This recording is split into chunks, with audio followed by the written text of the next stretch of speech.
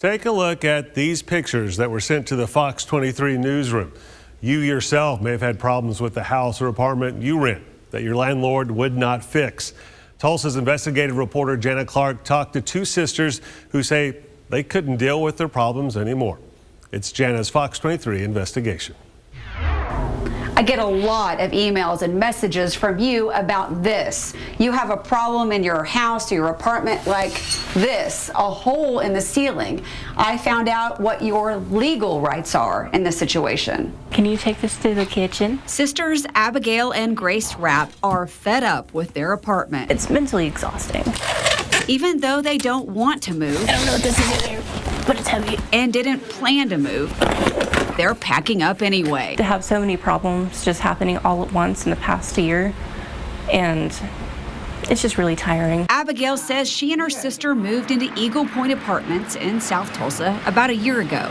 When it got cold outside, they couldn't keep their apartment warm because of cracks like this one in the walls. So they hung blankets on the walls and over the windows. Like cold. I think it was 50 to 60 in here. So it wouldn't stay warm? Mm-mm. And when it snowed outside, the snow found its way inside and piled up in their apartment. Look at these photos they took. We had physical snow in our apartment. It was crazy. Once it warmed up, the sisters found out about a new problem, a leak in one of the bathrooms. Whose bathroom is this? This is my bathroom. This is yours, okay. Mm-hmm. And show me where the leak started. It was coming from like down here. We don't really know. You had to see what the floorboards. Yeah, it was just coming in here. It was just soaked. We would put towels down and we would go through 4 or 5 towels just to soak it up. They called maintenance for help. It took them 7 days for them to get out here, and by then it stopped. Then in the other bathroom, Abigail saw another leak, this time in the ceiling. This is where the leak came from. It started leaking right here. You can kind of see the remnants of it. And then everything just fell down. Abigail came home to a flooded floor. When you came in here and you saw all the water everywhere, what did you think? I'm like, oh my gosh, what the crap? I didn't know what to do. She said they called the apartment complex again. They said if there's no leak, we can't do anything about it. And then I think the day after, the drywall the paint and stuff started falling. And then the next day, it just fell. Now there's a hole in the ceiling in her shower, and the sisters can't get maintenance to come fix it. He said he would be back the day after, and I haven't seen him since. That's when this black stuff started showing up in the other bathroom. The mold. Abigail and Grace did a test, and the 2 vertical lines showed it tested positive for what the sisters suspected: mold. It also could explain why Grace didn't feel well for weeks. My chest, like right here, was just hurting anytime I breathed in or out. She was just coughing and coughing and coughing.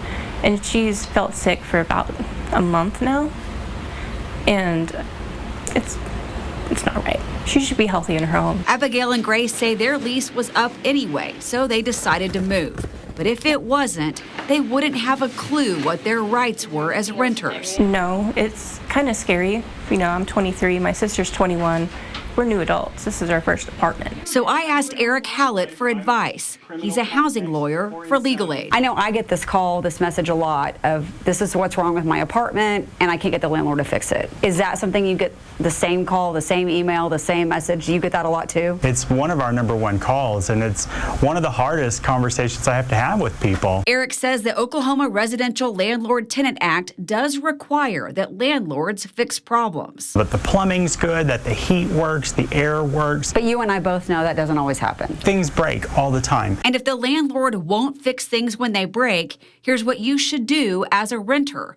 You must make your request in writing and deliver it to the landlord in person or by certified mail. If they don't do that, the court's not going to help them later.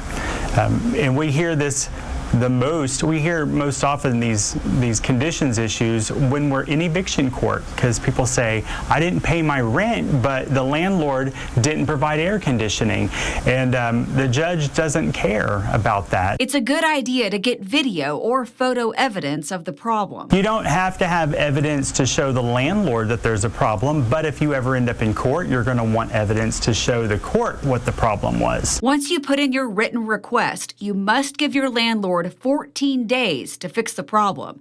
If they don't fix it by then, you're allowed to move within 30 days of when you first gave your landlord the written notice of the problem. After 14 days, the law doesn't require you to give a second notice, but it is a good idea to do it. And the people who are successful in fighting these kinds of cases are people who documented the entire event. Even though that's what the law says, here's the catch. The hard part for tenants there is that landlord will often sue the tenant who moved out and claim that that tenant failed to pay rent. Well, if you move, if you break your lease, you don't owe rent anymore.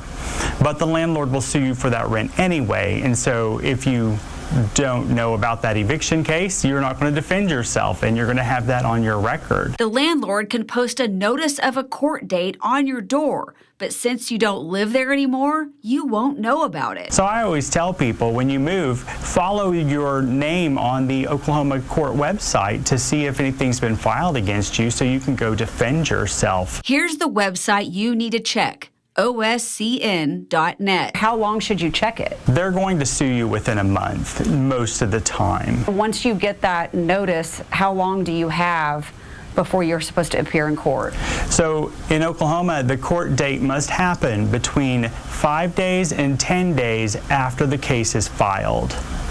So you have no time at all. So you have to check basically every 5 days. Yes. Tenants that get served are actually only entitled to 3 days notice of their hearing. That's why 44% of people default, meaning they don't even show up to court. Because they don't know. They don't know. Eric doesn't think the law protects renters. The reality is, in Oklahoma, a tenant has to look out for themselves, because even though the law says the landlord is supposed to do it, there is nothing you can do to force the landlord to do it, and there are no consequences on the landlord if they don't do it. Does it make you mad? It makes me so mad, because tenants get the raw end of the deal. Tenants have paid for a service that they don't receive and aren't entitled to receive under our law. She was just having problems with her leak, and then now I'm having problems with my leak. It was just not great. Irritating. It was very irritating. Abigail and Grace say if their lease hadn't been up, they don't know what they would have done. They think most renters would just feel stuck. I feel like a lot of people would unfortunately stay where they're at instead of trying to break their lease and trying to get out, and they would just live with it. And it's not right. We definitely would not know what to do. We would probably, hate to say it, homeless. I really don't want to think about that. That's really horrible. In South Tulsa, covering news that matters, Janna Clark, Fox 23 News. Janna called and emailed the apartment complex to ask them about the problems Abigail and Grace dealt with. Janna has not yet heard back. Here's more information for renters from Legal Aid. If you have a problem with an essential service like gas, heat, or water, you don't have to give notice and wait 14 days. You have the right to terminate your lease and move immediately. And here's some good news. Janna followed up with the sisters. They just moved to a new apartment complex, and Grace's symptoms cleared up after she moved. She's feeling much better now. Do you have a tip or issue that you think Janna Clark should investigate? Let us know. Email FOX23 Investigates at fox23.com or call 918-388-5354 or search Fox 23 Janna Clark on Facebook.